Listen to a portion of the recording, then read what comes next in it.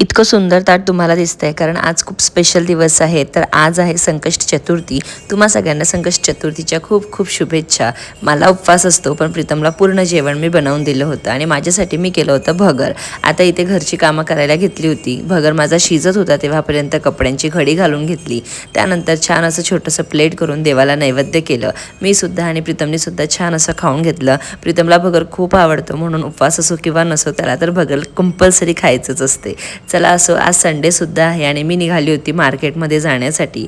Market म्हणजे तेच आपल्या भाज्या जे आपल्याला रोजच्या लागतात त्यासाठी। तिथून आली आणि थोडासा चहा करायचा म्हणून इथे चहा केला।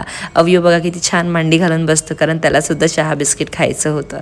म्हटलं चला थोडंसं निसर्गाच्या सहवासात बसून मी सुद्धा थोडासा चहा पिऊन घेते आणि त्यानंतर लगेच घरची कामं करायला घेतली। सर्वात आधी साखर रिफिल करून घेते आणि लगेच मग मी लसूण सुद्धा सोलायला बसली होती। अवयव आज काय बरोबर झोपत नव्हता, अर्धा पाऊण तासही नाही झोपला आणि परत रडत रडत झोपून उठला आणि आज कंटिन्यू त्याला आई लागत होती।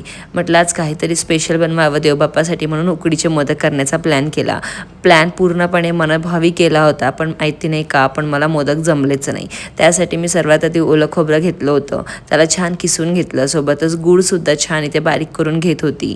सोबतच स्टफिंग खूप छान झाली होती जी स्टफिंग मी बनवलेली। रेसिपीचा पूर्ण व्हिडिओ आपल्या चॅनलवर ऑलरेडी आला आहे, तुम्ही बघायला अजिबात विसरू नका। म्हटलं ठीक आहे एक वस्तू नाही जमली तर काय झालं, बाकी सगळ्या ज्या गोष्टी आहेत त्या खूप छान झाले होते। मी बनवले होते चणे, सोबतच उकडीचे मोदक, पिवळा भात, श्रीखंड आणि पुरी, ह्या सगळ्यांचं नैवेद्य देवाला केलं आणि त्यानंतर आम्ही सगळ्यांनी सुद्धा पोटभर जेवण करून घेतलं।